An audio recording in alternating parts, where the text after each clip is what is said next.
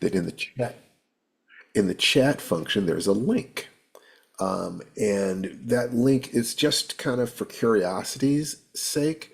I've come across an exercise modality that is very interesting in some ways that I hadn't encountered before. It's very, very sophisticated, and it seems to tie in with some research I'd seen on Filipino martial arts and how they assist cognitive clarity in aging and cognitive development in younger people because of several different factors that have to do with the rhythm and bilateral motion and so forth and so on. One of the things that I've looked for a lot is a physical movement system that I can give you guys that basically anybody's capable of doing at the lower end, but can lead to some very high level things at the other end. My initial thought was Tai Chi, but what I've seen is that that's not as available to everyone, and not everybody wants to do it in the way I was kind of hoping for. Anna O'Connell has her hand up. What's up, Anna?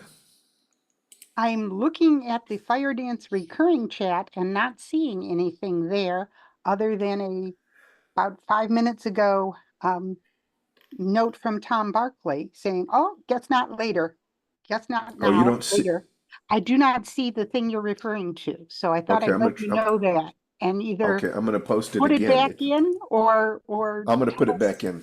I'm gonna. tell us where it really is. There we go. Yeah, okay. So it might have been up at the top of the screen.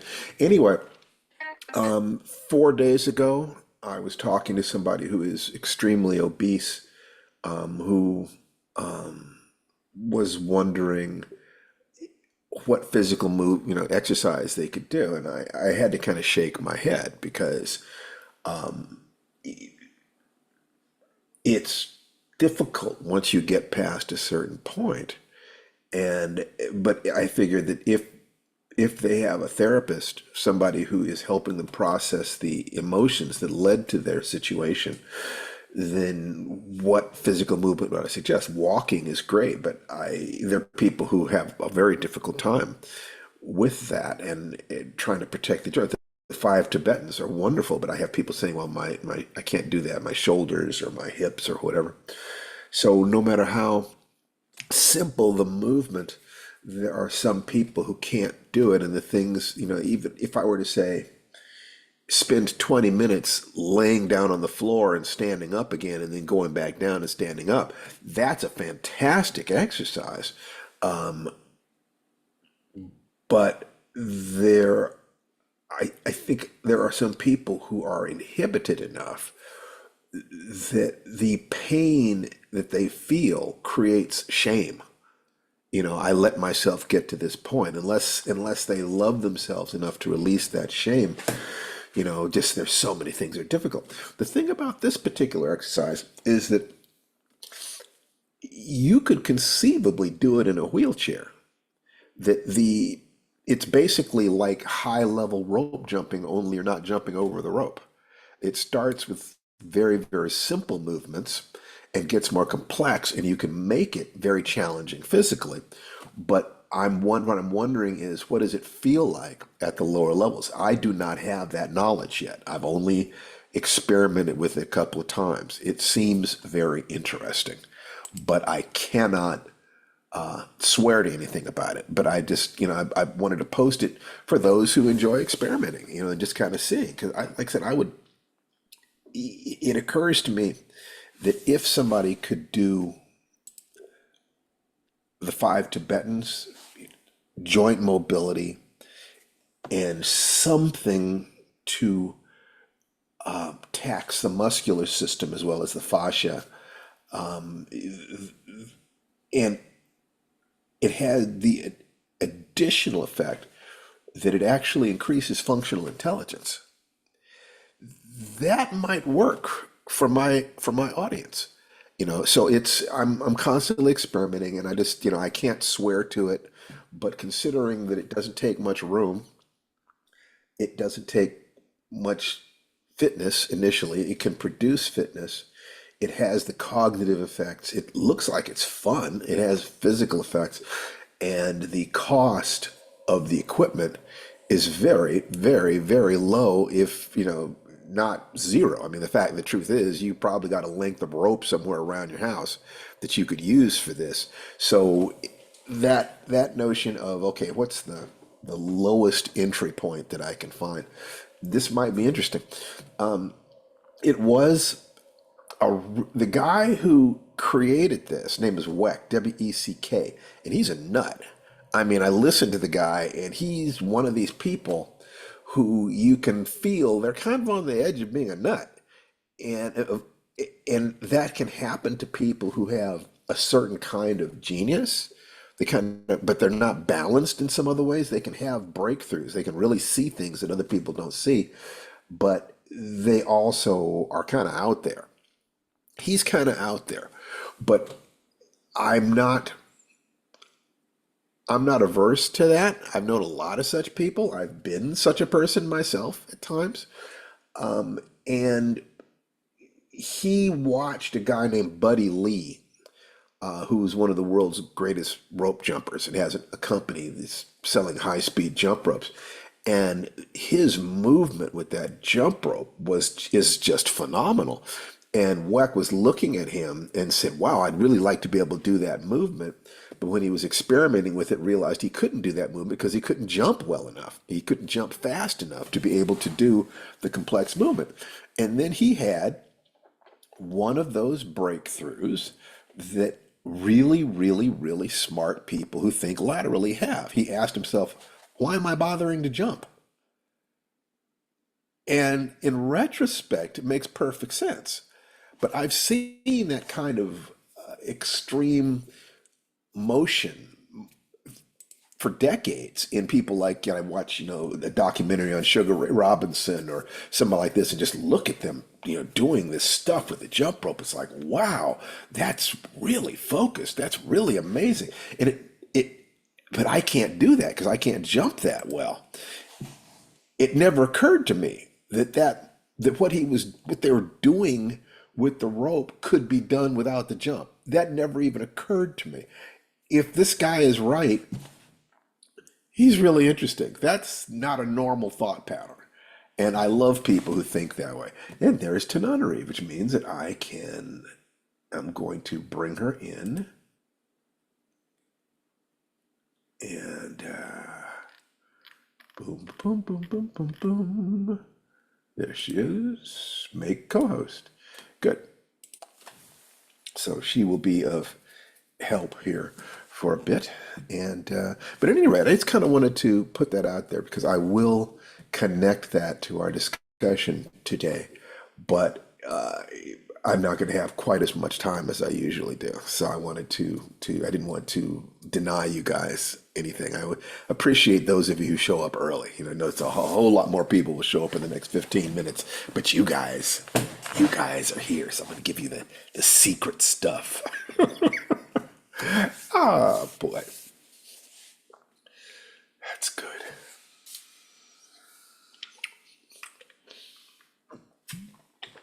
Okay. It is 12 o'clock. We are going. So welcome to Firedance. And what Firedance is the ritual that we use to embed the magic formula. And you can find out more about the magic formula at www.realheroesjourney.com.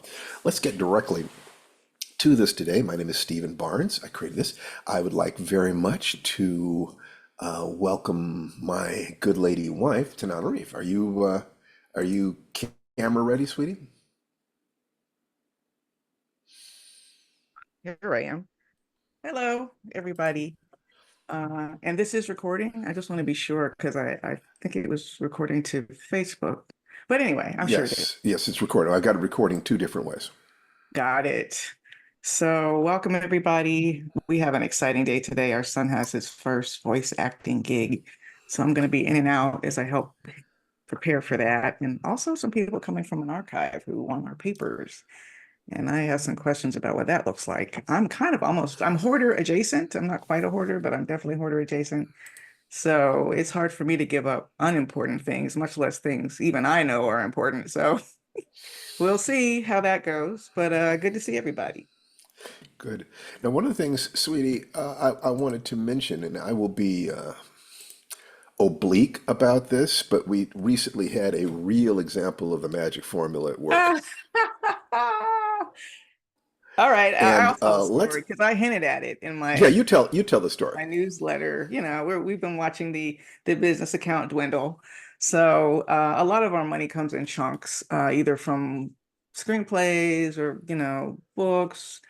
And we didn't know when the next chunks were coming. So it was a really good opportunity for us to remind ourselves that we learned a long time ago that we do not want to completely rely on the arts for our income, especially looking ahead to the next 10 years when we'd like to basically do mostly what we want to do rather than being beholden to institutions, even like UCLA. So part of what we do there is our marketing business, which some of you are aware of because you've been in our courses, and our podcast is a part of that. Um, just to sort of build up an audience and pass on information that we think is important for other people and hopefully other people think is important for them. So we had a real what they call come to Jesus moment. Like we were saying, we got to work on this. Let's launch a new course. Steve suggested a money expert who deals with people's attitudes about money, not just the practical steps of do this, do that, do the other, but sort of interrogating ourselves as to whether we have permission to embrace making money, and is money a dirty word, and what are our attitudes about money left over from childhood. So literally the morning I listened to that recording he wanted me to listen to, I come back to an email from my agent that I got a royalty check for the reformatory. And I don't know, those of you who are writers may know how unusual it is to get a royalty check, period. I have books that have not earned out after 15 years, or probably longer than that. So it's not a given that you'll ever get a check when they send you that royalty statement. But not only did I get a check, but it was far more than I was expecting. And that was, I think, what Steve was talking about with the magic formula, um, taking the actions. I listened to the map or model. We're creating the course, so we were taking an action. We always go in with the gratitude, um, and the other ones. So, so yeah. So that's the Well, story. And I hear Jason oh, getting up, so I think so. I want to go bring him a vitamin water. fantastic. All Thank right. you very much, sweetheart. Bye bye. Um, Allow me to go a little bit more deeply into that. Hold on for just a second. Is that Jason? Jason! My son is up. I have a living son in my house. I'll tell you, it gives me so much joy just to know he's alive. I mean, just literally, just wow, it's wonderful. Anyway, so what it is that we talk about how the magic formula creates luck, and we've talked about that a lot. But one of the things that's important about it is that in order to get luck, you have to not need luck. In other words, you have to be able to operate with the odds. This is why we say repeat this process 100 times, because it's just a game of how many doors do you knock on before somebody's going to say yes. And if you know that the odds are you have to knock on, that 5% of calls or 2% of calls, whatever it is, will lead to a sale, then you simply have to make enough calls to that if you have average luck, you'll make a sale if you need to make a sale a day. And I've always organized myself so that I could operate if I had less luck than average. Everything I do is designed to be able to compensate for mildly bad luck all my life. How do I get what I want anyway? When we looked at the the flow of money, it isn't that we don't have permission to make money. We The question is how much abundance we have permission to have. In other words, do we have permission to get our finances to a place where money really isn't an issue anymore, where it's not up or down like this, that the cushion that we have is sufficient, that the worst it ever gets is still, we ain't worried about it. What does that take? Do either one of us come from a family that had that kind of abundance? The answer is no.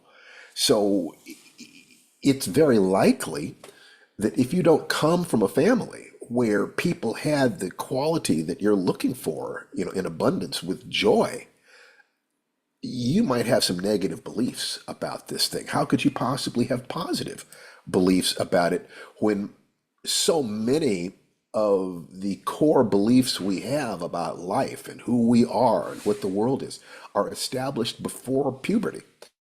Some people will say by the age of 7, those core principles are in there. So, what we did was we had a really serious moment because we want to move on the other side of this. That there's no way I can guide you to that. If I haven't had that, I can teach people how to make a lot of money. I've done that. But that question of being comfortable with abundance, of just, you could retire at any point and it be okay. That you look at money as being a measure of how much service you're giving your community, and you're doing things with joy. And it's never a matter of fear. Neither of us know anybody who ever reached that point or did not know that when we were children. So my thought was that the way to use the magic formula is to get yourself to the point where the things you do are dependent upon just kind of respecting the odds rather than expecting to win the lottery. Hollywood is a lottery. You get a call, oh, they want to make a movie out of your book. That's winning the lottery. Writing a book and publishing it is closer to playing poker. But what you want to do when you're playing poker, you can't beat the house, but you can beat the other players at the table. But the house always gets its cut. What I said to her is that when she and I held hands at the Atlanta airport and said that we could build an empire together, what we never did was stop and define what an empire is, and specifically the business aspect of that. Because what we were very comfortable with, and always very comfortable with, was writing and selling what we write to a company, or teaching, like teaching at UCLA and getting a check from the company. But in all those cases, if you can understand it, there's a difference between doing the creative thing, which is sort of the child aspect of it, the fun aspect of it, the thing we enjoy, and the business of it, the taking care of the plant, hiring employees, keeping track of communications, promoting, marketing, sales. That's the company. When we talked about building an empire, if we had thought right then we need to create a company, even if the product that that company is selling is our writing, we are also involved with the marketing and promotion and distribution and stuff like this. We understand those things enough that we can do all of those things. We are a tiny little publishing company. Now we can find other people. We can spin off those responsibilities to other people. We can hire people to do those things for us, or partner with publishing companies who will do some of these things for us. But we are in control. We are always in control. The selling books, we don't have a structure to do that, selling fiction. But we do have it when it comes to selling our courses and so forth. So what I had noticed is that there's a certain level of teaching that we always do because we love it.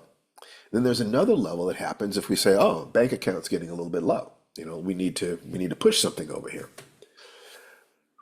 What we need to do is take responsibility so that the daily actions, the chop wood, carry water of it, is producing sufficient abundance that we never get to the point where we're thinking, oh God, we need to generate some money. It's always about let's do our discipline and let's do what we enjoy doing. And the flow from that is taking care of everything. If we do that, we're responsible. So the conversation we had about how do we do that? How do we organize these things? And then we came to some deeper agreements about it, because what we really want is to experience that sense of elegance in our lives where we are kind of just flowing in that sense. We deserve that. We work very, very hard at a very, very high level. And so when we had clarified what's needed and committed to doing it and actually took the steps to doing it, the next day we didn't have to do it. Now, this is predictable on a couple of different bases. Like I said, luck comes when you don't need it. It's connected to that when you don't have a girlfriend, you can't get one until you got one, and then suddenly people consider you attractive. When you trying to get credit, you can't get credit until you've got credit, and then suddenly people are offering you credit cards. That's the way the universe is, whether we like it or not. So if you can take a look, what are the basic things you need? Now, how can you set it up so that you don't need luck? You just need for luck not to be unusually bad. I mean, obviously anybody can get hit by a meteor. Their bad stuff can happen, but assuming that unusually bad stuff doesn't happen, how do you focus on this? Because if you do that, then you create the safety net so that even when unusually bad things happen, it knocks you off the horse, but you're landing on hay instead of on cactus.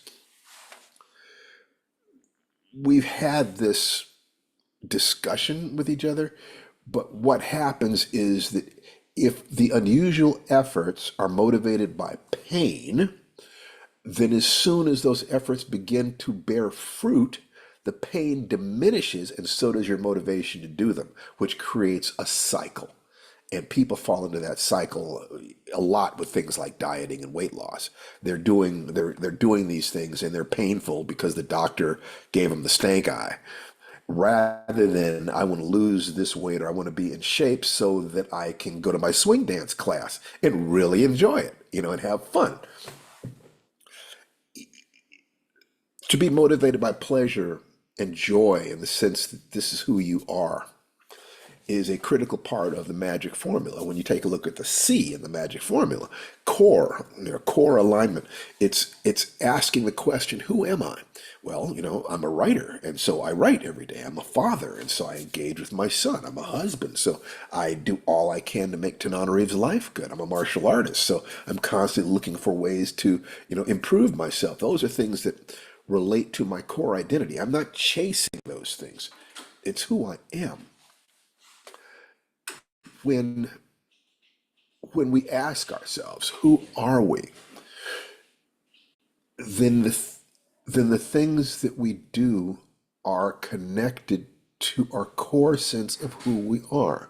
So meditating and journaling and therapy and discussions and things like this that take you deeper and deeper and deeper into your sense of who am I allows you to have a deeper and deeper connection with that core rhythm of your life, that survival rhythm. Anything you connect to your survival rhythm is going to be instant motivation. Anybody who says they're not motivated to do anything is, by definition, not connected to that. All you have to do to see how powerful that survival energy is try to hold your breath until you black out. You can't do it because the survival energy takes over. That's not ego. That's wired into the machinery. The stuff, the confusion, the conflict, the guilt, the despair, depression, all those things are the result of programs to the degree that they're a matter of programs. That stuff was all added after you left the factory. Breathing is such an important part of almost every profound transformational discipline because of the fact that it connects you directly to the core. You can return to the original manufacturer specifications. You can hit the reset button and get back there. This is one of the reasons why people talk about awakening your kundalini backwards. You don't start with concepts. You start with your animal realities, and you build up on those. That sense of finding what's at your core. If you take a look at the 13 principles of success consciousness in Think and Grow Rich, and what I love doing is taking a concept and then looking at multiple ways that concept works, you'll see that the first step there is desire. That's step number one. That's your core impulse. Your desire is going to be to move away from something that causes you pain or to move towards something that gives you joy. I need to do something. Then you look at the second step, which is faith. utilizing this pattern. Do you believe that you can and should take the actions necessary to accomplish this? And one of the things when I was having the conversation with Tananarive was that realization, my God, my mom never had that level of security. Your parents didn't have that level of security. It's very possible that deep in our conscious, we don't believe it, that we're set up to struggle, not to fly, not to just be able to glide. That in that case, then there is a minimum level of pleasure that we're willing to accept, or maximum amount of pain that we're willing to accept. And when we hit that, then we're motivated to take drastic action. But that drastic action only lasts until the pain diminishes, at which point we go back down again until we hit the pain again, and there are issues. You snap back to your former patterns. What's necessary is a real change. So the third step there, the auto suggestion, is you determine what beliefs are necessary to create the behaviors that put you on the path. In other words, more importantly than having goals are creating processes, creating rituals. You do this every day, and that your attention is on doing this, and you are constantly upgrading the this thing, so that if you do it, you're going to get the other things. So every morning, the things that I have to do every day, I have to meditate. I have to do joint mobility. I have to work on physical things, strength and endurance and so forth. I have to work on skill. Some of those things are just for the maintenance of myself as a human being. Some of them are about me specifically being able to take care of myself in a stress situation. And some of it is about being able to practice the martial arts that I love. So if I just focus on getting my morning ritual right, I've got my role models, I'm building my disciplines. I know that if I do this one thing right and I continue to improve that one thing, that everything else comes out of it. So it's a fascinating thing, but we identified that we probably needed to take a look at the internal wiring, because it's one thing to be able to perform at a very, very high level, and we do. It's another thing to be able to leverage that into a life of ease.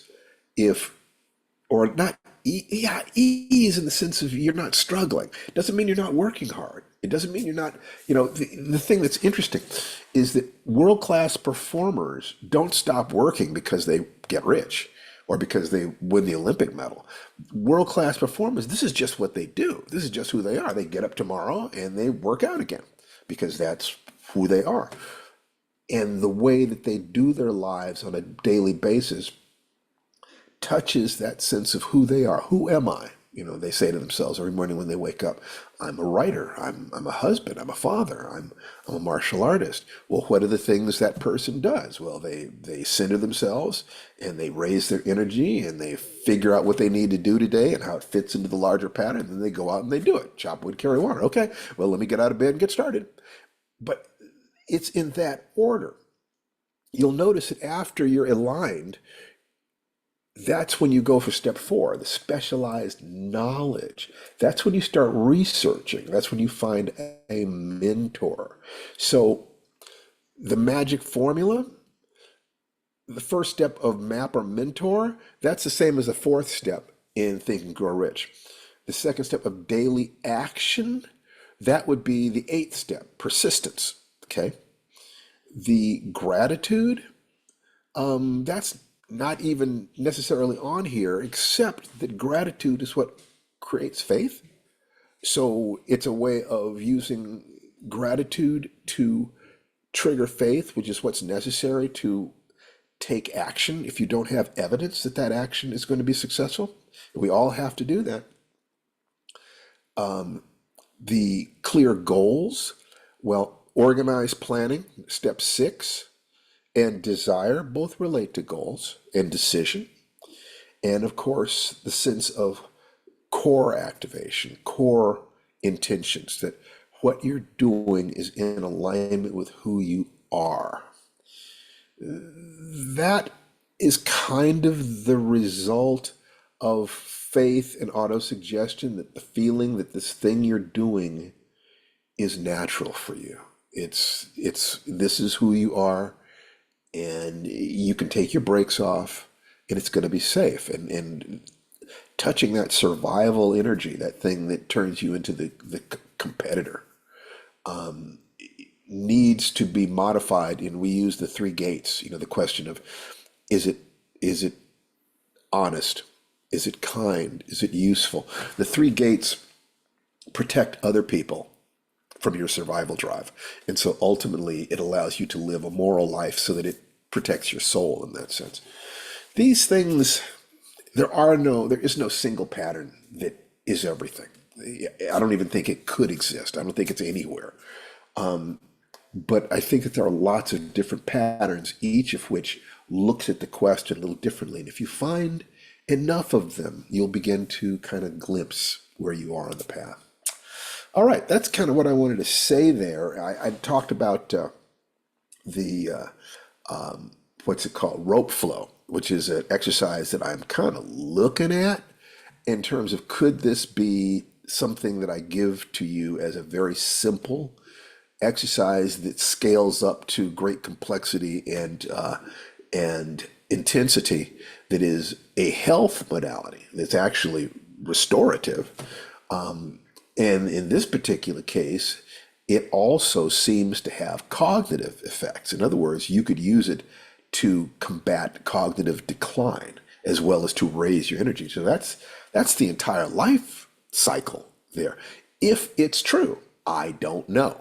So I'm going to be experimenting with this over the next through October.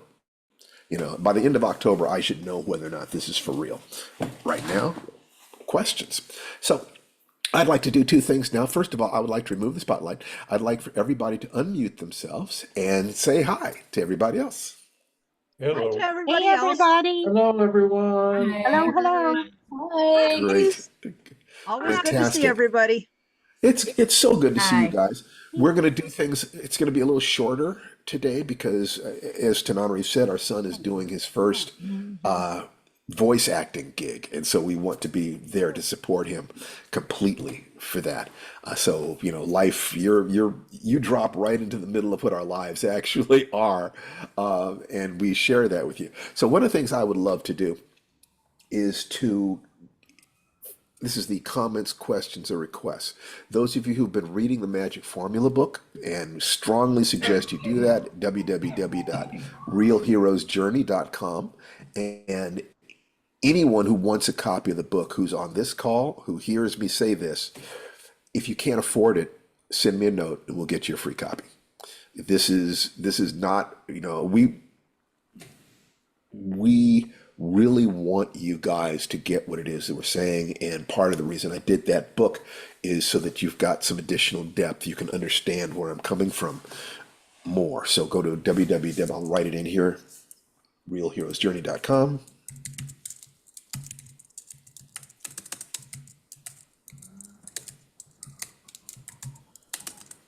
.com. And if you are in an emotional emergency, if you're in a financial emergency, if you have strain, just let me know. You reach out via email or personal message. We'll send you a free PDF. Tom Barkley? Just wanted to check, speaking of the book, I'm about halfway through my read and comment function on the book. Do you want to wait until I have the whole thing finished, or do you want half of the half I've got done now? Would you rather have the whole thing or part of it?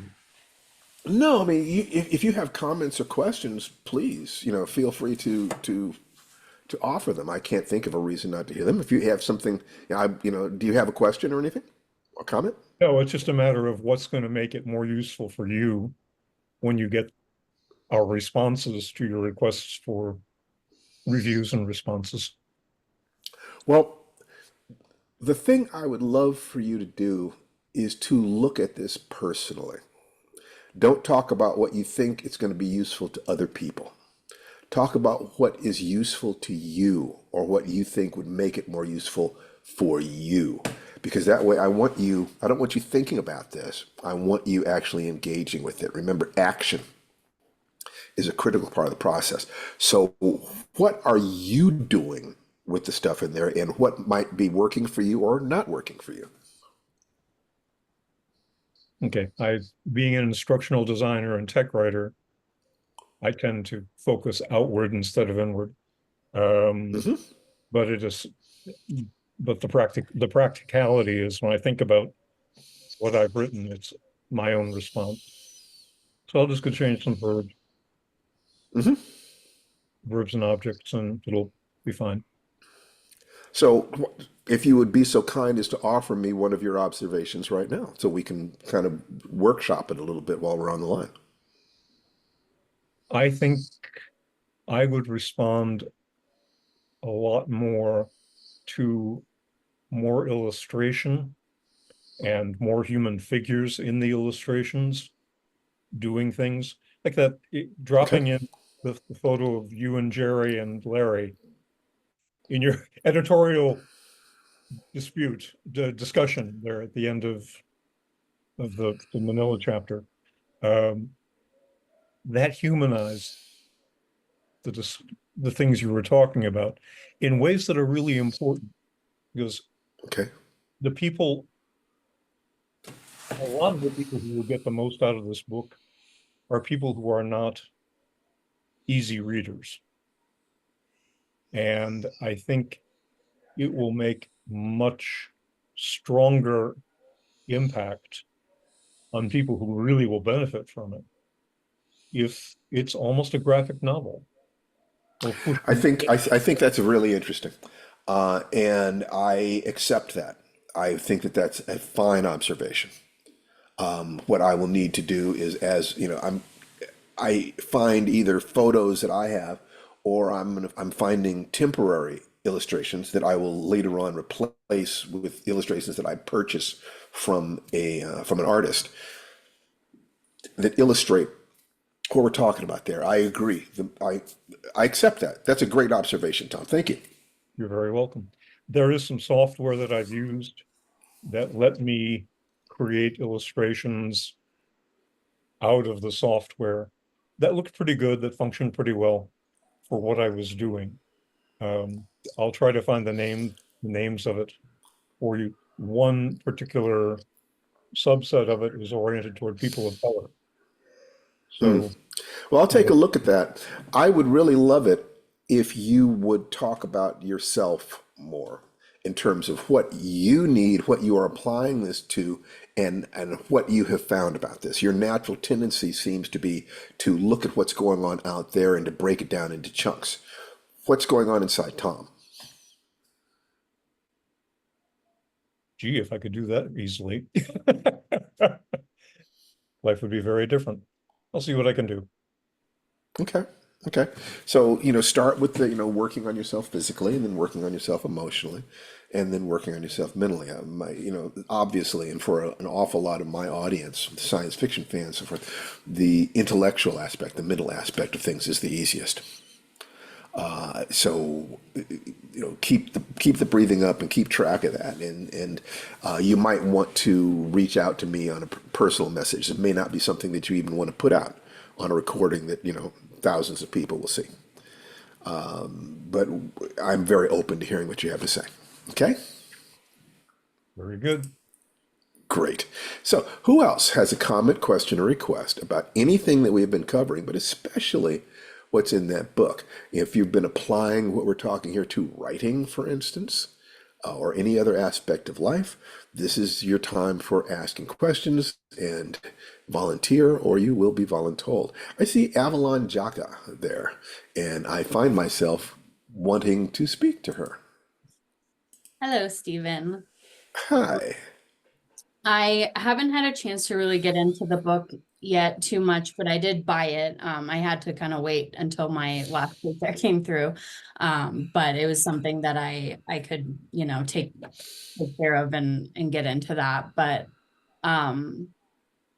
yeah, I don't really have much input today.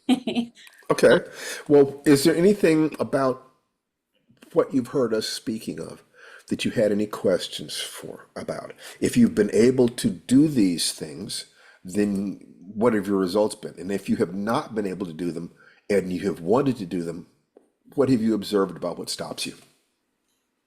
Um, I think so. I haven't really had a chance to implement a lot of these things into my life aside from, still trying to do at least a sentence a day and all of that, like, and that mimicry there. I think that has been helpful for me, but I think what's holding me back is kind of the same things that have always held me back in little things of being like, oh, well, I had a lot of work that I had to do this week, or like finding myself distracted by, especially with tech, like, I have the book downloaded on my phone, and instead of, checking it, like reading the book for a little bit in the morning, I catch myself, looking at the news, looking at email and all of that. And I think it's my biggest obstacle right now is breaking that habit of, Okay, so I've got a suggestion for you, something yeah. for you to think about. Whatever, let's say that 20 minutes, it requires 20 minutes to breathe, stretch, think about your goals and what you need to do and so forth and so on. And the difficulty is finding that time. What I would suggest to you is that you don't eat or check your email before you've done whatever your basic taking care of yourself is. Brendan Burchard made it to comment. Your email is a great organizing structure for other people's agendas. That you get into your email before you send it yourself, and you're focusing on what other people need rather than what you need. And if this is a pattern for you, then there's a lot of them. Well, I have all these things that it is reasonable for me to do. If you squeeze it down to, let's say, the 5 minutes a day that belongs to you for, breathing, there is no day that is so busy you don't have 5 minutes to breathe. So you can look at that and say, why am I not doing it? I'm doing it because everything else is more important than me. I'm not saying that's the case for you, but that could be a sequence of thought. I'm not doing what I need to do for me because I'm taking care of everybody else. Both men and women do this in their way. It is a very common thing among high performing people who have responsibilities. So the notion is for you to interrogate, do you really, if other people are important and taking care of these tasks is important, then is it not critical that I take care of myself? In fact, the more important these other people are and these things are, the more important it becomes for me to take care of myself. Not less important. The more important it is. Why am I not doing it? It's not that that will be an easy question to answer. It's that it will be a profitable question to answer. That you can start looking into, why do I put myself last? Where did that come from? Who programmed me with that? Is that a program I really want? And if it's not, then you get to ask the next question. How can I change it? Is it possible to change it? How do I change it? It's not that that question changes, it automatically changes your life. But it's where you dropped your keys rather than where the light is, if you know that old Yeah. analogy. Um, and that will lead you to questions about, well, who are you? You know, are you not worthy of love? Are you not precious? Are you not a divine spirit? Are you not a creative force? Do you not need to take care of yourself before you take care of others? And if you don't take care of yourself, what is the value of the gift you're giving others? If you don't think that you're precious, what is the value of your time and energy when you offer it to others? And will you not give more than you can afford to, just trying desperately to be thought adequate? How easy is it for people to drain you, to drain you, if you don't consider yourself to be as precious as the stars? I I would challenge you to come up with a single reason why you are not as precious as any star in the universe. I would challenge you to come to explain to me why there is anybody on this planet any better than you. I would challenge you to explain to me why that little girl inside you who started life with all that enthusiasm and wanting to help and sing and dance should not be celebrated and embraced and held as precious every day of your life. I don't believe that you could create an image of that little girl, look at her and tell her that, no, I have to take care of all these other people first. I think you've been ignoring her. And I think that all you have to do is take the time every day. You spend 2 minutes, visualize taking a picture. You get a picture of yourself, the little girl that you were. And you spend 2 minutes looking at that picture. And then close your eyes and imagine that little girl in your heart. If you do that, it will take some time, but you'll get a little closer to her. You will go through waves of grief when you realize how much you've ignored her, how much you put other people first. But you have to be where it starts, darling. You have to be where it starts. You are deserving of love and life and joy and happiness. And you should surround yourself with people who will tell you that in no uncertain terms anytime you need to hear it. And anytime you come here, you will hear that. Okay? Good to me. That's a lot about a little. Does that make sense? Absolutely. No. And yes, not no. Yes, it does make sense. And I think, for me, there's, especially since the pandemic, there's been a lot of that focus on other people. And I have been really trying in the last few months to bring that focus to myself. And Well, what do they say in airplanes, sweetheart? In case of cabin depressurization, put your mask on first. So that's the trick. The more you want to take care of other people, the more you have to take care of yourself. There is no way that giving yourself away to others to the point that you have nothing left does anything except create, at best, a codependent relationship. I'm going to give more than is healthy for me to you, and you're going to give more than is healthy for you to me, and we'll limp through life together. That's better than just giving yourself away to predators, but not that much better. What you really want is relationships with other whole human beings on their path, and you enjoy the company together, but you're all autonomous adult human beings. That's what this is about. Awake, aware, adult human beings. Because only in a world of adults are the children safe. And the biggest child of all is the child inside you. Okay? All right. Thank you, darling. Thank you. You're welcome. All right. Who else? Who's next? Who is Shanta Cannon? Hi, I'm new here, so this is my first Great. Zoom call. Okay, fantastic. Can you put on your camera? You don't have to, but can you put it on? Let me see. Yeah. Let me get a better. Because I like Zoom a lot because it just enables me to see people. It's the next best thing to being there, and I love this connection. If you can't do it, don't spend more than 10 more seconds trying to do it. Well, now it's saying it won't let me, so I'm not sure what's going Okay, on. that's fine. That's fine. So let me ask you a question. What brings you here, Shanta? So we can see how to serve you.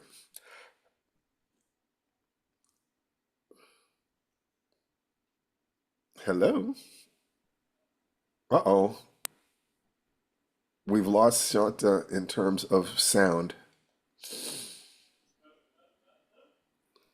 Okay, so she's... Hi, Shanta? Are you there? Shanta, Shanta, Shanta. It kicked me out. Is that working? Oh, okay. Yes, it's great. And there she is.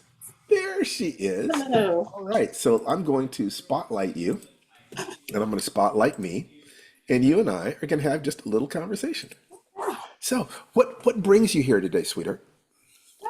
I just signed up for your wife's email because I was being forwarded from it. My sister started forwarding it to me, and I'm like, I missed it last week, and I did catch the podcast. But I wanted to see what you guys did because I like her work as a writer. I kind of getting back into myself to start writing as well. And so I kind of wanted to see what you guys were doing here. So. Okay, so what we're doing is we're helping to guide people in living their lives and being extraordinary according to their standards and simultaneously being healthy and happy. Okay, so if you want to be a writer, this is perfect. Tananarive is not on the call as much today because we have some important things to do with our son. This is the beginning of the next phase of his life, and we need to be there for him. So I've got like another 20 minutes with you guys. So if you want to write, then you want to follow the best way we can help you writing is with the life writing pattern, 6-step. I will tell you what that is in just a minute. But let me ask a question: are you published? No. Great, fantastic. So that means no, you're a blank slate. It's harder to help people who have already published because they're set in their ways. It's easier to deal with somebody who is not. Okay, so you want to write this down, or this will be recorded so you can find the recording. But it's these 6 steps. If you will follow these 6 steps, I can pretty much if you will follow these 6 steps, I will pay you $100 if you can get to your 25th story without publishing. Fair enough. You don't have it's $25 against nothing. And I say this from time to time to people if I get the right feeling about them. You remind me of my sister. So I'm willing to put that up. Will you take that bet? I would take that bet. Okay, good. I will. And I will trust you. I will trust you. And we're good for this. I've had to pay off, on some of the bets I've made to people. Never about this one. What you need to know is that so far, no one who has followed our advice has failed to publish by story 26. Not a single person. So now let me tell you what the pieces of it are. The first step is you write 1 sentence a day. You just make a commitment. You're going to write 1 sentence a day, every day, no matter what. You're keeping that place in your mind open. The second step is you write 1 to 4 short stories every month. One short story could be 2 pages long. Doesn't have to be a lot, but it has to be the complete pattern of a story so you can start absorbing it at the level of unconscious competence. In riding a bicycle, there's a point where you don't even know what a bicycle is, and there's a point where you know what one is, and it's kind of scary. Another point where you can kind of wobble with training wheels, and another point where you can ride on the bicycle as long as you focus. Writing comes at the look ma no hands point. You have to get the basics in there. Okay, so the first step is write a sentence a day. Second step is you write 1 to 4 short stories a month. For multiple reasons, we could drill down as much as you wanted to on that. The third step is you polish and submit at least 1 story a month. You're gonna send it in. Okay, this is multiple reasons, but one of the biggest ones is you have to learn how to deal with the fear. You have to. You have to figure out what is the relationship you have with fear in your life. And fear is just, what do you think fear is? I could tell you what my thought about that is, but it's best to actually do these things, have the fear come up, and then look at it and say, wow, what are you? What do you represent in my psyche? Step 4 is that once you have polished and submitted a story, you never touch it again. You move on to the next story unless an editor makes a request of you. If you'll change this, I'd like to look at this again. If you change this, I'd like to look at it again. That is exactly what you're looking for. You're looking to get an echo back from a professional editor. Okay? That's the first 4 steps. Write a sentence a day. Write 1 to 4 short stories a month, polish and submit at least 1 a month. Don't rewrite except to editorial request. The 5th step is you read 10 times as much as you write. You read 10 times as much as you write. This is both input for the quality of your work, and it's also marketing research. When people tell me, where do I submit my stories? They're just telling me they don't read. Because if they read, where are you reading this stuff? in magazines and books. Look at the masthead. It'll tell you where to send it. Right. It'll tell you who the editorial staff is. I mean, in a book, they'll usually thank their agents and their editors and stuff like that. It's all right there once you get into the flow of it, the life flow of it. And the sixth step is repeat this process 100 times. The average writer, I did some research before I was ever published. The average writer writes about 30 stories before they get published. It was so important to me to be sure that I had a chance to do this, that I gave myself more than 3 times as much room. So I will not even begin to question my process until I have written and submitted. And once you submit the story, you keep submitting it. Okay, 100 stories. I made it to about number 24, and I've never looked back. You have to give yourself room to fail. You have to assume that failure is a part of the process. You just accept it. I'm going to fail, I'm going to fail, I'm going to fail. Oh, and then I'm going to succeed. Just like a baby trying to stand up. Babies don't succeed in walking the first time they try. What they do is they fall down and then they look at their parents. And if their parents are saying, good baby, the baby will laugh. But if their parents say, bad baby, or oh my God, you're hurt, the baby will cry. The little girl inside you is going to be looking to see what mommy thinks about failure. When you get that rejection slip, and you will, what one of Tananarive's teachers said is that a real writer papers their walls with rejection slips. That's what the real ones do. That's what the real ones do. The rest is an illusion. You can have the life you want.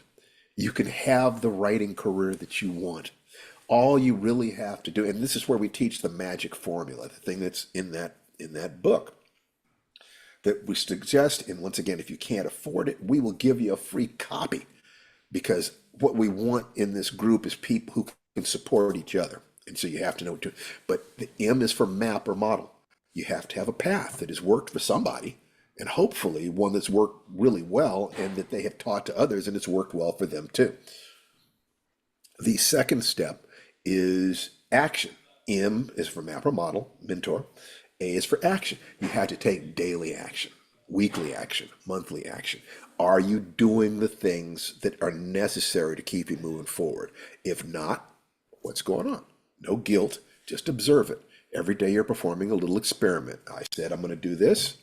I did it or I didn't do it. What happened? So M-A. G is gratitude. You need to feel gratitude for the blessings in your life. Because if you don't feel gratitude for what you already have, how are you supposed to have faith in what might come tomorrow? Okay, so gratitude is the doorway to faith, and faith is the antidote to fear. Okay? The I in magic is intention. That's your goal. It should be clear. Goals are dreams with deadlines. Okay, so the ideal situation is you say, by my birthday next year, I'll have my first publication, or the year after that. If I'm telling you that by the time you get to 25, I'm betting $100 that you'll succeed, that it's up to you how long it takes you to get to 25. Want to write a story a week? You'll be there in half a year. Want to start a story, 2 stories a month? You'll be there in a year. 1 story a month, which is the minimum. It's just 2 years, darling. It's just 2 years, and you're a published writer. I'm willing to bet you $100 that that's the truth. And I mean that, okay? The C in magic is core. Who are you? What are your real values? What do you really want from life? The goals that you choose should be chosen because in order to achieve those goals, you have to become the kind of person you want to be. There needs to be an unfolding of the person that you are. That every day you need to say, thank God I'm here for another day. I get to be who I am. I get to have another step along my path. I get to write today. I get to work out today. Working out is a celebration of my body. Thank God my body still works well enough for me to be able to do this. One day it won't be able to. Thank God I get to take care of my son. My son was at college, and he needed me to come and pick him up, and I was almost crying with joy. I get to pick my son up. I still get to be in that space of being a dad. That thing I wanted so much, to be a good father and a good husband. The things we do should be things that are important to us, not just because we want to avoid pain, but because they're connected to joy. Does that make sense? It does. So, who you are in the matter of your writing determines what you do. When you study, let's say you decided, I like what Tananarive does. So you come here and you talk to her. What are your values? What do you do? How did you get into this? You are modeling her, and you can model me. The honest truth is that I look up to her as a writer. Now, it's not that I don't have my own chops, I do, but I just understand that she is extraordinary and that I have much to learn if I can humble myself. And that's one of the great strengths I have. One of the great strengths I have is that I don't quit, no matter what. I might go away and lick my wounds, but I'll always come back. The other is that I have the ability to empty my cup and say, teach me, Sifu. And that is why I'm a 10th degree black belt. And that is why I'm a master in terms of writing. And that is why Tananarive and I have been married for 26 years. And we still absolutely adore each other, because there is no day in which, oh, there she is, while we've got her. Can you comment about writing? We have a student here who wants to be a writer, sweetheart. Well, fantastic. Are you new? Is this your first time? It is. Welcome. Are you on Steve's list or my list? How did you hear about it? Yours.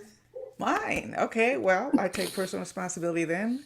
Welcome. I heard Steve talking to you about the life writing process. That's, the only caveat I have to that is beta readers.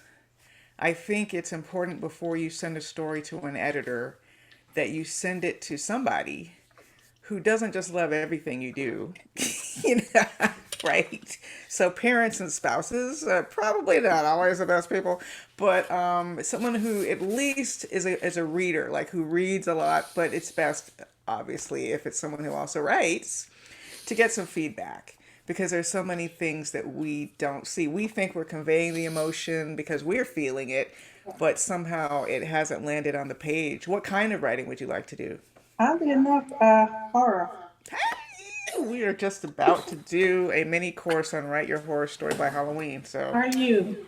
Well, Yes, we are. yes, we are. We were going to launch it today, but when we got that check yesterday, we're like, you know what, we can wait till Monday. But Just being honest.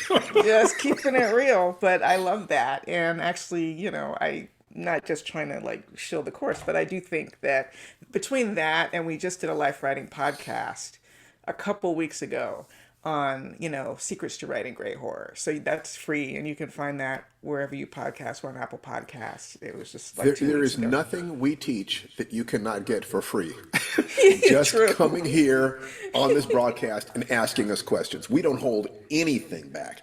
And we also have these courses that we do. And if we give this away for free, you can imagine what we do in the courses. Yeah, I think it might be good for you because it's specifically designed for someone who wants to specifically write a story and also that it's the horror story and just some That's right. principles of characterization and storytelling and what it is that makes horror stories effective and what my method is. Like when I have a deadline, which and I have to turn a story around quickly, what's my go-to in terms of how do I find that story? So it really starts with something that scares you. That sounds obvious to say, but I think one of the reasons writing is so therapeutic for me, I'll use my short story, The Wishing Pool, as an example, which is the titular story of my short story collection.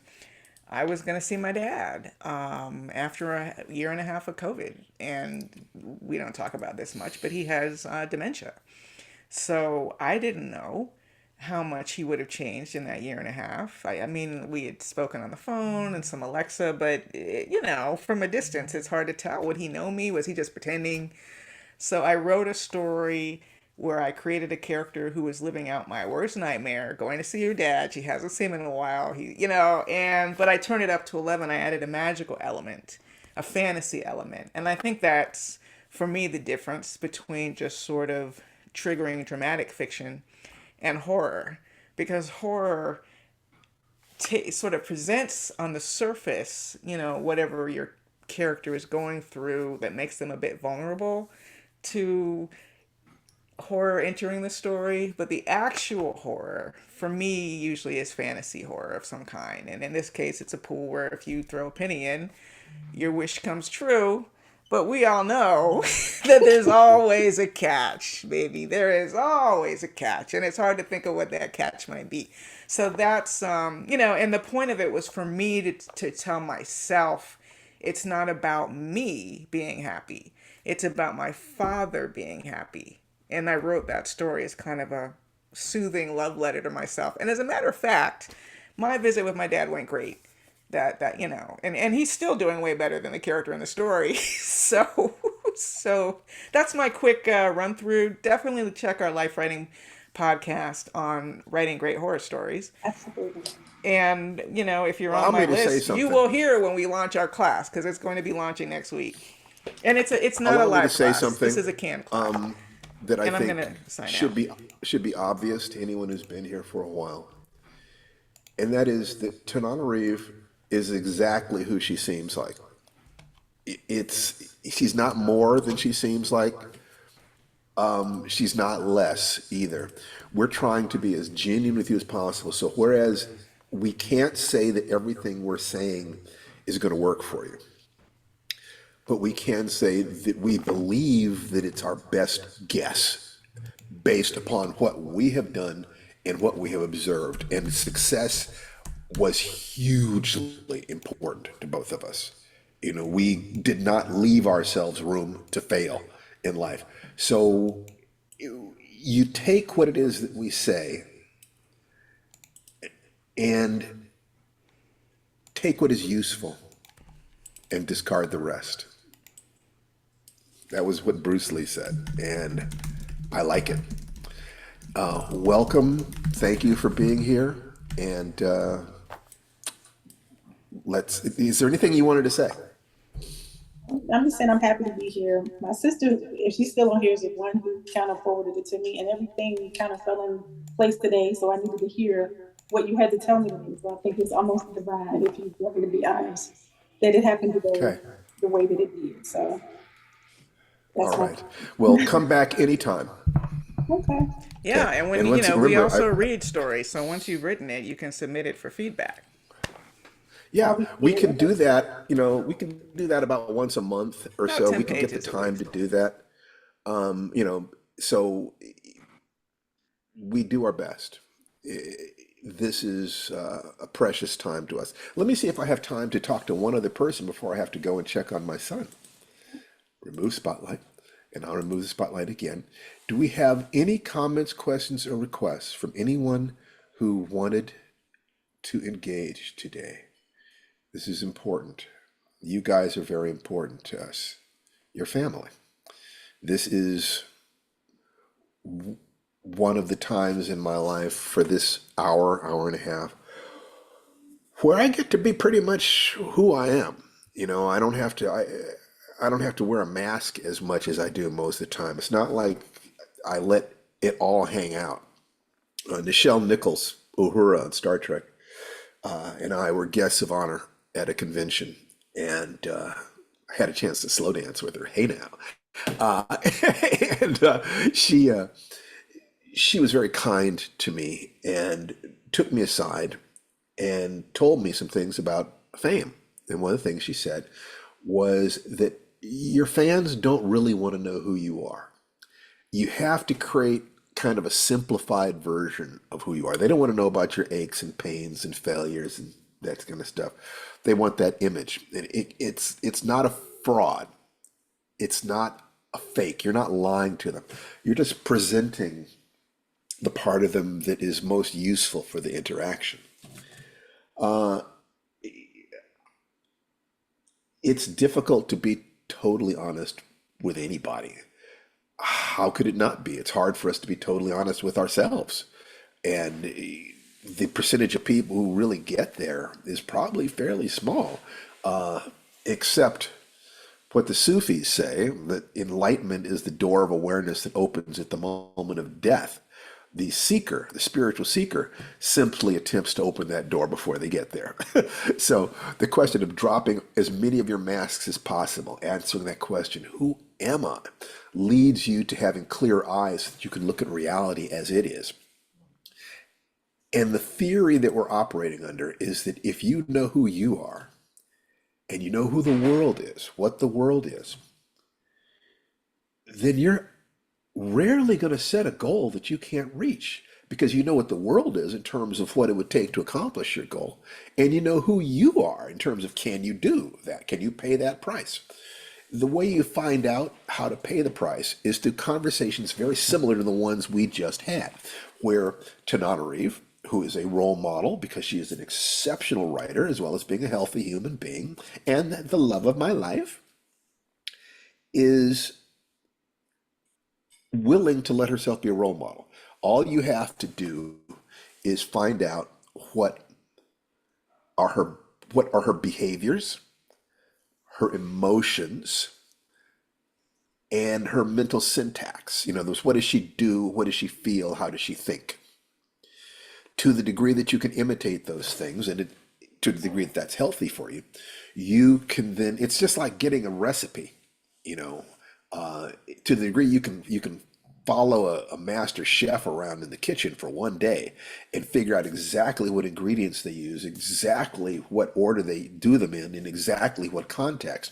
To the degree that you can imitate that, in a single day, you can learn to make a cake it took somebody 20 years to learn how to make. The same thing is true. Tananarive and I have spent a lifetime developing these skills, and we're constantly trying to figure out how do we convey this to people most easily. The life writing six-step process is a way for you to teach yourself the things that we can't put into words. There are things about writing or any other discipline that cannot be put into words. You have to experience them. They can't be taught, but they can be learned. So if you will ask us any questions that you have about this when we come here, we will do the best we can to answer those questions. And then you have to go out and test what we said. Is it true? You have to find that out for yourself. We can't tell you. Let me see. Anybody else? Last call, because I do want to get to Jason, but you guys are very important to me. If there's anybody who has any question for us about any of the things we've been covering, and if not, please get your hands on a copy of the Magic Formula book. It's at www.realheroesjourney.com. And for people on this call, if you cannot afford it, we will give you a copy for free because you're our beta readers. You're helping us to understand what's necessary in order to convey these informations. So let's see, do I see anybody? No? Then I would like you to unmute yourselves and everybody say goodbye to everybody else. And I'm going to get into being a dad today. I just love Bye, this everybody. part. Go ahead. Everybody. Y'all have a Okay. great day. Good to Take see you care. all. And Good fantastic. weekend. And close this up, Okay. say And the divinity within me for Tuna is salutes, the closest acknowledges. one, so. Okay. But we submit to all the local ones. Okay. Because then Oh, that way we have more choices and hopefully more is availability. somebody asking a Okay. question there? So the place that he is being staying at is. Dennis needs to mute his camera. Okay. And he's Okay. That's what's going on. Dennis is in a mobile home. hospital with his dad. He needs to mute his computer. Okay, so I'm going to mute all. I if think that's okay. about the four. Okay, so you guys